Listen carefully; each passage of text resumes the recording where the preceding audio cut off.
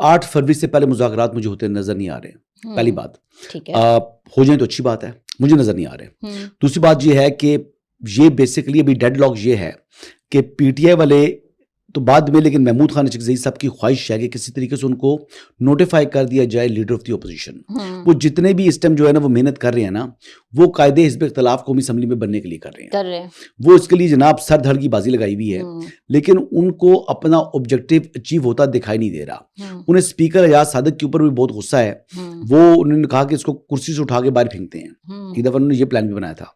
Notice जारी भी जो फिर पीटीआई वालों ने जाकर एक तो मना भी किया, मुखालफत भी की और जाकर एजाज सादिक साहब को बता दी थी ये बात। और अभी भी पीटीआई वाले इससे मुतल्लिक जो वो कह रहे हैं कि महमूद खान अचकज़ई को नोटिफाई ना किया जाए, ये वाकई पीटीआई के लोग सरदार एजाज सादिक के पास जाकर ये बात कर रहे हैं। अच्छा। उनके बहुत अच्छे ताल्लुकात हैं सरदार एजाज सादिक साहब के साथ, जो स्पीकर नेशनल असेंबली हैं। ठीक है। तो एक बात तो ये होगी। ओके। दूसरी बात ये है कि ये जो कहते हैं कि इमरान खान मकबूल है, ये तो इन लोगों के कहने की बात है ना। जो एक ही लिटमस टेस्ट इसका हुआ था, वो ये ज़मीनी इंतखाबात हुए थे, उसमें तो तहरीक इंसाफ तमाम के तमाम इलेक्शन हार गई है। तो अब मकबूलियत भी नहीं रही। अब मकबूलियत का झूठा भरम कायम रखना चाहते हैं, इसके अलावा इनके पल्ले कुछ नहीं बचा।